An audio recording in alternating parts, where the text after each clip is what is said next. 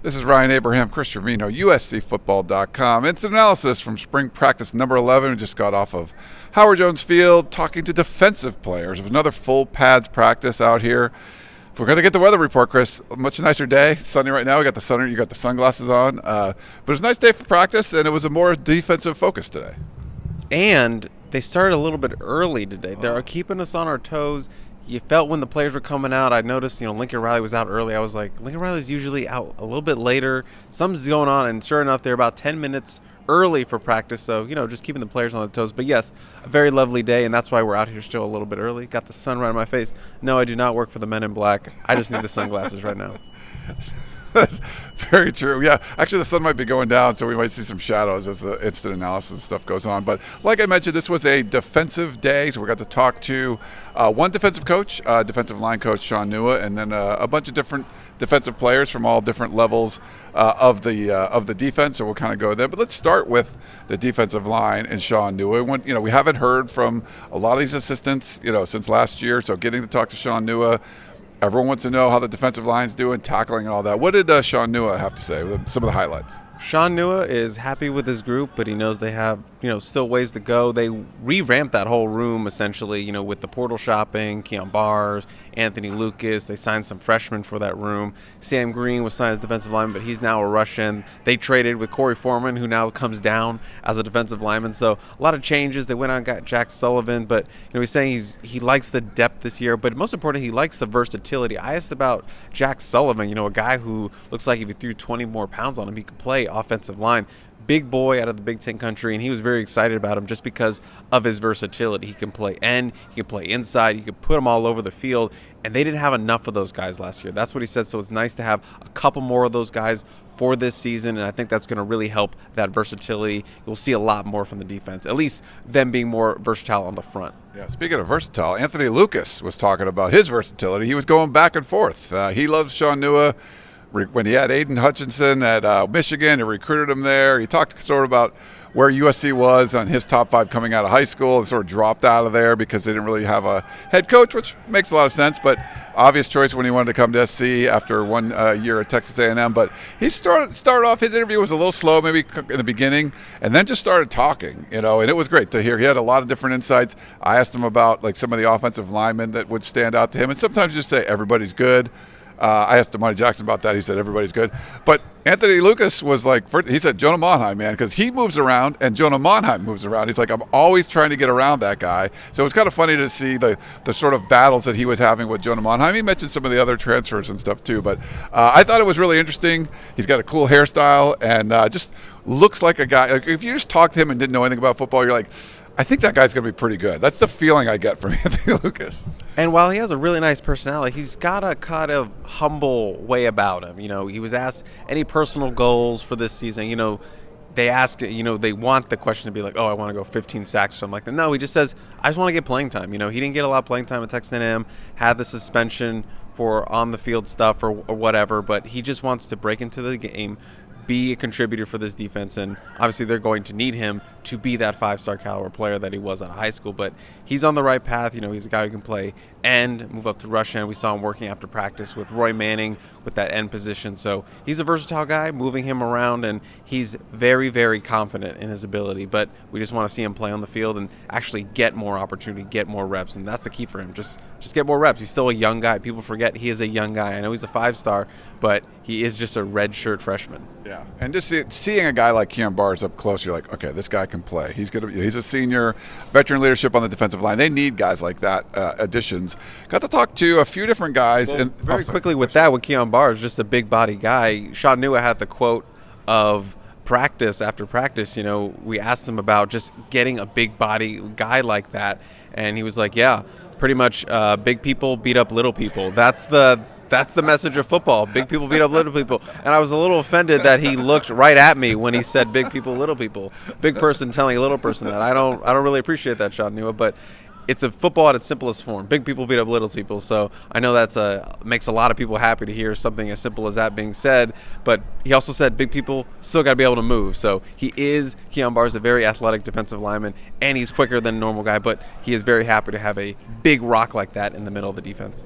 To be fair, I think Shaun Nua could have beat up anybody in the Sure. media scrum, or pretty much anyone on the field there. So I wouldn't take too much offense from that. Sure, he is a special big person.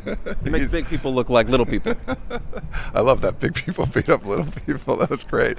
We're going to go to the defensive backfield. We got to talk to Domani Jackson. A lot of injury talk from him. Jaylin Smith, who looks like he's doing first team nickelback work, and then Ceyair Wright, who's been getting a whole lot of praise through spring football. So we had both those guys had both Domani and Ceyair Wright had some big media scrums around them. But any kind of highlights from any of those guys? Let's just start with Domani, just because he is the former 5-star. Everyone loves to talk about Domani and just him getting on the field. You know, it's been a battle to get back on the field and stay healthy off the knee injury, and he talked about how, you know, the knee injury wasn't fully healed. He's coming off surgery. He couldn't really rush into it. Felt like he was ramping up to get on the field, and then he would have to take a step back, slow down a little bit. You know, that's frustrating as a high-level athlete. You just want to be on the field. You want to play, but injury slows you down. Can't push it too hard, and that was kind of the basis of his media scrum. Is just, you know, working his way back, feeling good, knocking that rust off. Because remember, missed pretty much all last season except for some opportunities, and then missed most of his senior year of high school. So he's still getting back into the mix. Right now he's feeling good, feeling comfortable. I know we talked about in the last instant how he left practice on the cart, but that was just for an illness, and he practiced today. So, you know, he's stacking days, much like Corey Foreman staying on the field, and that's what you want to hear. Yeah, for sure. What about on the Ceyair Wright side? Anything interesting from him?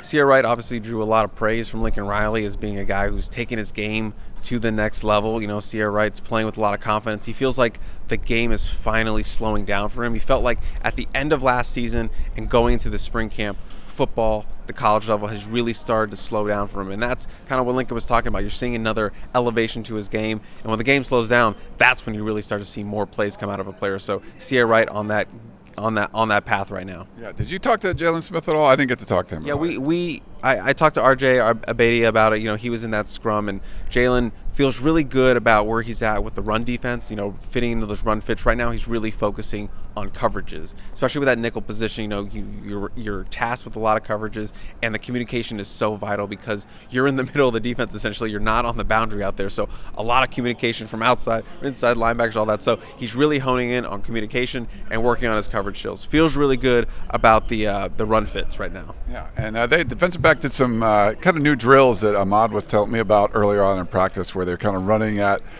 doing kind of position drills, running at a cone, and Dante Williams would point a different direction. And Christian Roland-Wallace apparently had a really nice interception in that drill. Yeah, Christian Roland-Wallace, as Lincoln Riley said, he was working his way back from an injury that he suffered early. They're hoping to get him back at the tail end of camp.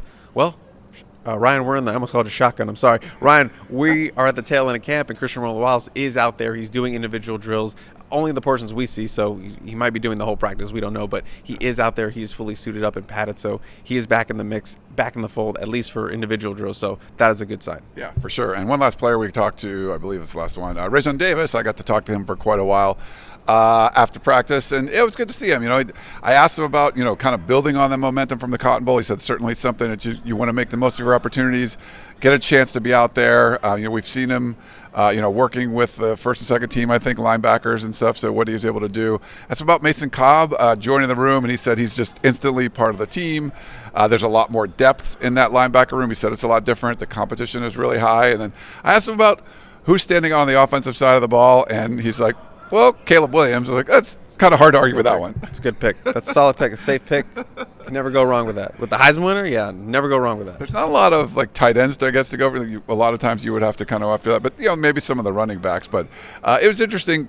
You want to see more from him because he's a fan favorite. You know, he was a high-ranked recruit coming out of high school, and then when you see him starting to make some plays in the Cotton Bowl, it's like, okay, that potential is there. So that seemed that maybe that opens up the floodgates, and we see a lot more of Raesjon Davis. But it'll be a good opportunity for him if he can. Right, just ride that momentum into spring camp, and looks like he was doing that early. You know, he's running with the first team, running out there with Shane Lee at the Mike linebacker, Shane at the Will linebacker, with Eric Gentry sideline for spring camp. So that opened up the opportunity. He was taking full advantage of that, and recently got gold plated, as we saw on Saturday. So Raesjon Davis has his gold plate. We haven't really been doing a lot of the tracking because it's hard to see. Every player is wearing one of those foam things on their helmet, so really hard to tell. But confirmed 1 gold plate, at least, Raesjon Davis. I'm sure there's more out there, though. We weren't even sure if it was a thing, but apparently it's a thing again, so we'll see. Maybe we'll ask Lincoln Riley next time about the gold-plated and stuff like that.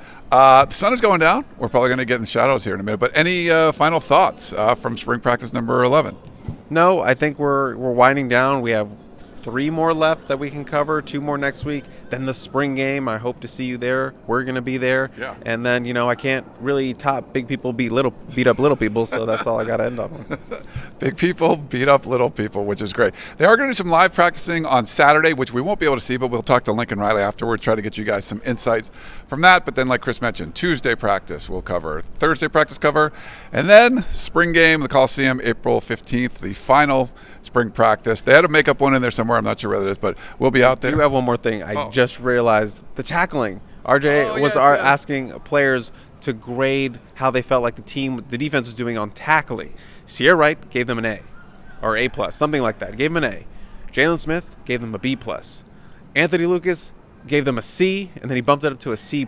He said, quote, we're not getting it done right now, but we'll get it right. So he was a little more honest, it seems like, and defensive front maybe needed work on tackling, but hey, 3 very different grades, A, B, and C. Yeah. So we'll see what happens. Yeah, I think there's an awareness that tackling needs to get better, so I think that's something to work on, where maybe there's more effort and you're getting a higher grade, and Anthony Lucas is come like, hey man, it's still not good enough. So hey, you're in the cornerbacks, you're way down the field when the ball's in, so maybe you're not tackling as much.